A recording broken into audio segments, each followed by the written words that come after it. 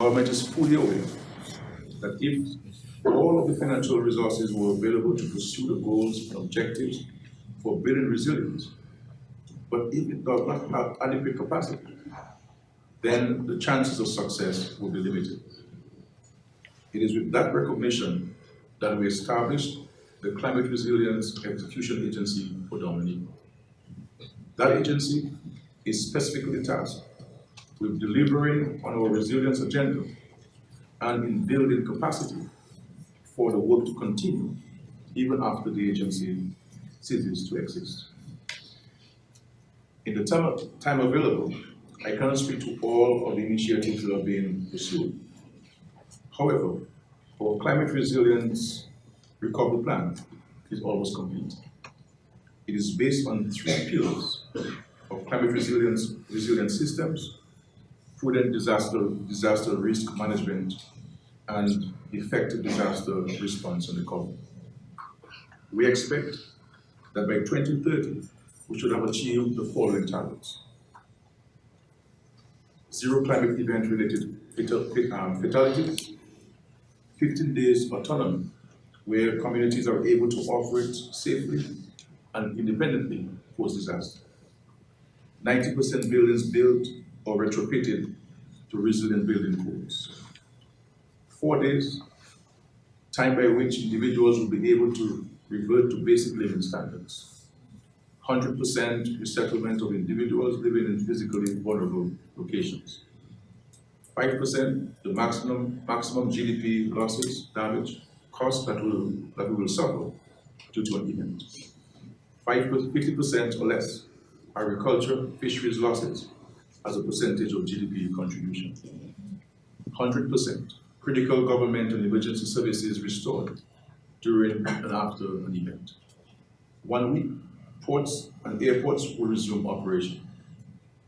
5% minimum of sustainable and inclusive growth. 100% primary roads and bridges opened within 3 days. 60% water, sanitation available as a percentage of the population within 7 days. 90% power coverage restored as percentage of the population within 3 days. 5% or less schools and healthcare facilities severely damaged or destroyed. 100% communications restored within 3 months. Financing of the vision we have articulated is not inexpensive. Obtaining financing for the activities that must be implemented to achieve our goal remains critical.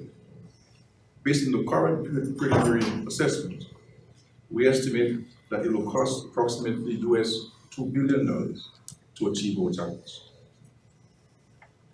To that, we'll have to add the cost of the transportation projects, that is the new seaport and the new international airport. And I just want to cause it to brief. I'm not here to ask you for $2 billion. We are making the point that becoming resilient is going to be expensive. We cannot do it alone, and the support of the international community is paramount. We will make our contribution to the process as we have been doing. We will have to do the implementation in doable proportions and project by project work to achieve our vision. We're asking for a coalition of development partners tasked with providing the technical knowledge and financial support, with a commitment to act with a sense of urgency. We have offered Dominica to you as a pilot for developing and implementing a disaster resilience strategy that is effective and that will have broad applicability to many countries. We are proud of what we have achieved to date, and we are well on our way in implementing programs to achieve our objectives. Dominica is committed to building resilience, as we are convinced we simply have no other choices. We are confident that if we build on the partnership which we have with you, the development community, that our goals are achievable.